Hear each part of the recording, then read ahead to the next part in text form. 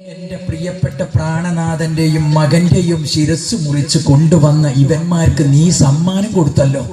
ആ സമ്മാനം നൽകിയ രംഗം ഞങ്ങളുടെ കണ്ണിന്റെ മുമ്പിൽ വെച്ച് നീ എന്തിനാ നൽകിയത്? ആ സമ്മാനം നൽകുന്ന സമയത്ത് ഞങ്ങളെ ഒന്ന് മാറ്റി നിർത്തിക്കൂടായിരുന്നു? ഞങ്ങൾ കാണാത്ത രൂപത്തിൽ ഇത് നിനക്ക് നൽകിക്കൂടായിരുന്നു?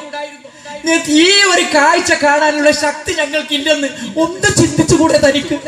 ഇതിനേക്കാൾ വലിയത് നീ ചെയ്യുമെന്ന് ഞങ്ങൾക്കറിയാം. ഇത്തരത്തിലുള്ള ഒരു പ്രവൃത്തിയായി പോയല്ലോ നീ ഞങ്ങളോട് കാണിച്ചത്. ഏതായാലും എല്ലാം തകർത്ത് എന്നിട്ട് അതിന്റെ പ്രതിഫലം ഞങ്ങളുടെ മുമ്പിൽ വെച്ച് നീ കൊടുത്തല്ലോ. എടീ പെണ്ണെ, മേക്കിട്ട് കയറരുത്. ഈ ഒരു പെണ്ണ ലോകത്തിലെ ഏറ്റവും വലിയ പോക്കിരിയാണ് ഹുസൈൻ. അവനെ കൊലപ്പെടുത്താൻ നിർദ്ദേശം നൽകി രണ്ടുപേരും അവന്റെ തല മുറിച്ച് കൊണ്ടുവന്ന് ഇതൊക്കെ ചെയ്യാൻ കഴിഞ്ഞ എനിക്ക് ഒരു പെണ്ണ് വലിയ പ്രശ്നമൊന്നുമല്ല. ഭീഷണിപ്പെടുത്തുക നിനക്ക് ഞാൻ ഇനിയും കാണിച്ചു തരാം എന്ന് പറഞ്ഞ ശേഷം ബഹുമാനപ്പെട്ട ഇമാമിന്റെ മയ്യത്തായ വായങ്ങട്ടെടുത്ത് ഒരു ഭാഗത്ത് കൊണ്ട് നിർത്തി തലങ്ങട്ടെടുത്ത് വായങ്ങട്ട് പിളർത്തി ഒന്ന് പിളർത്തി ഇങ്ങനെ പിടിച്ച് കൊണ്ടുവാ ഒരു ഇരുമ്പിന്റെ കഷ്ണം. ആരോ കൊണ്ടുവന്ന ഇരുമ്പിന്റെ കഷ്ണം ഇവൻ ഇങ്ങോട്ട് വാങ്ങി ഷഹർബാൻ ബീവിയും സൈനബ ബീവിയും സൈനുല്ലാബിദും നോക്കി നിൽക്കെ ഇമാമിന്റെ മയ്യത്തായ ആ പല്ലുകൾ മുഴുവനും കുത്തി അടർത്തി എന്നിട്ടത് വലിച്ചെറിഞ്ഞു. ഇവൻ മതിയായില്ല, ഒരു കടാര കൊണ്ടുവാ. ആരോ കൊണ്ടുവന്ന കടാര വാങ്ങി മഹാന്റെ മയ്യത്തായ വാഴ പിളർത്തി നാവിങ്ങട്ട് പിടിച്ച് 2-3 കഷ്ണമാക്കി മുറിച്ച് ബീബിയുടെ മുഖത്തെറിഞ്ഞിവൻ. എടി മതിയായോ? കൂടുതൽ അടുക്കല്ലേ, വേണ്ടാട്ടാ. പെണ്ണാന്ന് മനസ്സിലാക്കിക്കോ. എന്ത് ചെയ്യാൻ കഴിയും? സർവ്വ അനുഭവിച്ച് ഒരു സൈഡിൽ അങ്ങനെ നിൽക്കുന്ന 2-3 പേരും ഇനി എന്തൊക്കെ നടക്കാനിരിക്കുന്നു എന്നറിയില്ല. ഏതായാലും അന്ന് രാത്രി അവിടെ വല്ലാത്തൊരു സമ്മാനമൊക്കെ ഞാൻ പറഞ്ഞല്ലോ, നല്ല മദ്യം കുടിപ്പിച്ച് കൂത്താട്ടങ്ങള് ഏതോ ആവട്ടെ. അടുത്ത ദിവസം നേരം പുലർന്ന സമയത്താണ് ശറഫാമി മാമിൻ ശിരസ്സുമായി ശമർ യസീദിന്റെ ചാരത്തായി മുഖമാകെ ദുഃഖത്തിൻ കാർമേഘങ്ങൾ ചൊല്ലി ഇതെന്ത് ക്രൂരാകൃത്യങ്ങൾ. ശറഫാമി മാമിൻ ശിരസ്സുമായി ശമർ യസീദിന്റെ ചാരത്തായി മുഖമാകെ ദുഃഖത്തിൻ കാർമേഘങ്ങൾ ചൊല്ലി ഇതെന്ത് ക്രൂരാകൃത്യങ്ങൾ.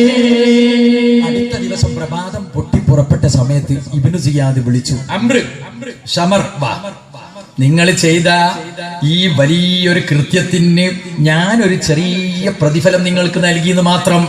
പക്ഷേ നിങ്ങളെ കാത്തിരിക്കുന്നത് വലിയ സമ്മാനങ്ങളാണ്, വലിയ വലിയ സ്ഥാനമാനങ്ങളാണ്. മഹാനായ ഖലീഫയതാ കാത്തിരിക്ക തലസ്ഥാന നഗരിയില്. ഈ വാർത്ത കേട്ട് വളരെ സന്തുഷ്ടനായിട്ട് നിങ്ങളെ ഒരു നോക്ക് കാണാൻ, നിങ്ങളെ സ്വീകരിക്കാൻ, നിങ്ങൾക്കതിന്റെ പ്രതിഫലം നൽകാൻ. മനസ്സിലായല്ലോ? അതുകൊണ്ട് എന്ത് വേണോ? ഈ 2 ശിരസ്സുമായിട്ട് നിങ്ങൾ പോകണം നമ്മുടെ ഖലീഫാന്റെ സമീപത്തേക്ക്, തലസ്ഥാന നഗരിയിലേക്ക്. അഖിലു ബൈത്ത് കണ്ടോ, പേര് പറഞ്ഞ ഇവര് വരിഞ്ഞ് കെട്ടിയൊന്നും കൊണ്ടുപോകണ്ട, അല്ലാതെ തന്നെ കൊണ്ടുപോയിക്കോ. അതിന്റെ ആവശ്യമൊന്നും ഇനിയില്ല, നമുക്ക് കിട്ടേണ്ടതൊക്കെ റെഡിയായി. പിന്നെ കൊണ്ടുപോകുമ്പോ മനസ്സിലായല്ലോ, ഇവരെയും കൊണ്ട് നിങ്ങൾ അവിടെ ചെന്ന് നമ്മളെ ഖലീഫയുടെ മുമ്പിൽ ഈ ശിരസ് അങ്ങോട്ട് സമർപ്പിക്കുമ്പോ നിങ്ങൾക്ക് കിട്ടുന്ന ആ സമ്മാനം, മനസ്സിലായല്ലോ, വലിയ സമ്മാനങ്ങൾ. അപ്പൊ എന്നെ മറക്കരുത് കേട്ടോ എന്നൊക്കെയുള്ള നിർദ്ദേശമൊക്കെ നൽകി യാത്രയപ്പ് നൽകുക. അങ്ങനെ അഹ്ലു ബൈത്തിനെ കൂട്ടി ഈ പറയപ്പെട്ട ശിരസ്സും എടുത്ത് ഇവര് ഒന്ന് ഏതാനും ചില സുഹൃത്തുക്കളും കൂടെ ഉണ്ട് തലസ്ഥാന നഗരിയെ ലക്ഷ്യം വെച്ച് നീങ്ങുക. ആർക്ക് വേണ്ടിയാണ് ഈ ശിരസ് മുറിച്ചെടുത്തത്? അങ്ങനത്തെ ആളെ കണ്ട് അവരിൽ നിന്നുള്ള പ്രതിഫലം സ്വീകരിക്കാൻ, അല്ലെങ്കിൽ അവരുടെ അഭിനന്ദനം സ്വീകരിക്കാൻ ആ നിയ്യത്തോടു കൂടി അവർ പുറപ്പെട്ടു. അങ്ങനെ ദൂരങ്ങൾ യാത്ര ചെയ്ത് ദിവസങ്ങൾക്കകം എവിടെ എത്തി? അവർ തലസ്ഥാന നഗരി ദമസ്കസിലേക്ക് അങ്ങോട്ട് പ്രവേശിച്ചു. കൊട്ടാരത്തിലേക്ക് പ്രവേശിക്കാനുള്ള വഴി കണ്ടുപിടിച്ചു. പറഞ്ഞതുപോലെ കൊട്ടാരത്തിലേക്ക് അങ്ങോട്ട് കടന്നു ചെന്നു. നമ്മളെ പ്രിയപ്പെട്ട ഖലീഫ സിംഹാസനത്തിൽ അതാ ഇരിക്കുക, ആസനസ്ഥനായിട്ടിരിക്കുക. ആ സ്ഥലത്തേക്ക് ഇവരങ്ങോട്ട് കടന്നു ചെന്നു. 2 തലകള് ഊറ്റത്തോടെ മുമ്പിൽ അങ്ങോട്ട് വെച്ചു. നല്ല ഊറ്റത്തിൽ, കാരണം അത്രയൊക്കെ വലിയ കാര്യമാണ് ഞങ്ങൾ ചെയ്യുന്നത് എന്നുള്ള ഊറ്റുണ്ടാവുമല്ലോ. ഇതങ്ങോട്ട് ഒരു മുമ്പിൽ അങ്ങോട്ട് വെച്ച സമയത്ത് ഖലീഫ യസീദ് 2 പേരെ ഒന്ന് നോക്കി. പിന്നെ ഖലീഫ 2 ശിരസിലേക്കൊന്ന് നോക്കി. പിന്നീട് അഹ്ലു ബൈത്തിന്റെ നേരെ ഒന്ന് ശ്രദ്ധിച്ചു. അതിനുശേഷം ഖലീഫ അവിടുന്ന് എഴുന്നേറ്റ് റൂമിൽ കയറി വളരെ പെട്ടെന്ന് അതാ പുറത്തേക്ക് വന്നു. നല്ല ഒരു തളിക, ഒരു പ്ലേറ്റ് പോലത്തെ ഒരു സാധനം, നല്ലൊരു തളിക. അതിലതാ വിലമതിക്കാൻ കഴിയാത്തെന്ന് പറയാം, നല്ല വിലപ്പെട്ട ഒരു പട്ട് വസ്ത്രം അതിൽ പൊതിഞ്ഞ് അതുമായിട്ടാണ് വന്നത്. ഇതിലിങ്ങനെ അതിൽ പരത്തി വെച്ചിട്ടുണ്ട് ഈ പ്ലേറ്റിൽ. അത് കൊണ്ടുവന്ന ശേഷം ഈ 2 ശിരസ് ഇതിലെടുത്ത് വെച്ചു. എടുത്തു വെച്ചെന്ന് മാത്രമല്ല, ആ പ്ലേറ്റ് തളിക ഇങ്ങോട്ട് എടുത്ത് ഖലീഫ യസീദ് ചുംബനത്തോട് ചുംബനം. പടച്ച തമ്പുരാനെ, ഇതെന്ത് കഥയാ! 2 പട്ടാള തലവന്മാർ ഒരടി ബേക്കോട്ട്. എന്താന്ന് മനസ്സിലാവുന്നില്ലല്ലോ. ഞങ്ങളെ വാരിപ്പുണരും, ഞങ്ങൾക്ക് ഒരുപാട് സമ്മാനങ്ങൾ, അത് മാത്രമല്ല ഒരുപാട് സ്ഥാനമാനങ്ങൾ, ഇതൊക്കെ നിയ്യത്ത് വെച്ച് വന്ന് ആർക്ക് വേണ്ടിയാണോ ഈ ശിരസ് കൊയ്തെടുത്തത് അയാളുടെ മുമ്പിൽ ഈ ശിരസ് അങ്ങോട്ട് സമർപ്പിച്ചപ്പോ അയാൾ അത് ബഹുമാന പുരസ്സരം ഒരു തളികയിൽ എടുത്തു വെച്ച് ചുംബിക്കുന്ന രംഗം. അങ്ങനെ കുറച്ച് ചുംബനങ്ങളൊക്കെ കഴിഞ്ഞതിന് ശേഷം ഖലീഫ അംറിനോടും ശമറിനോടും പറഞ്ഞു, പൊയ്ക്കോ, സമ്മാനം ഒന്നും വേണ്ട, ജീവൻ കിട്ടിയല്ലോ എന്നുള്ള അർത്ഥത്തിൽ ഈറ്റിങ്ങൾ അവിടുന്ന് ഇറങ്ങി.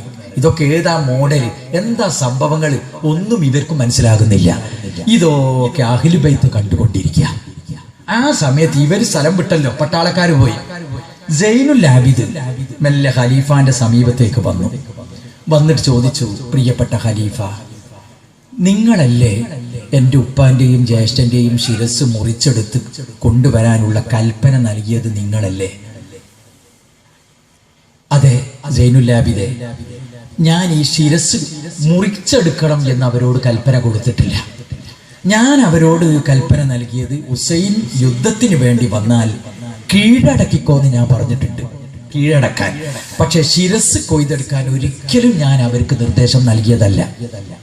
ഖലീഫ, അപ്പൊ നിങ്ങൾ നൽകിയതല്ല നിർദ്ദേശം, ഈ ശിരസ് മുറിച്ചെടുക്കാൻ നിങ്ങൾ കൽപ്പന കൊടുത്തിട്ടില്ല? ഇല്ല, ഞാൻ ഒരിക്കലും ഇതിന് കൽപ്പന കൊടുത്തിട്ടില്ല, കൊടുക്കുകയുമില്ല.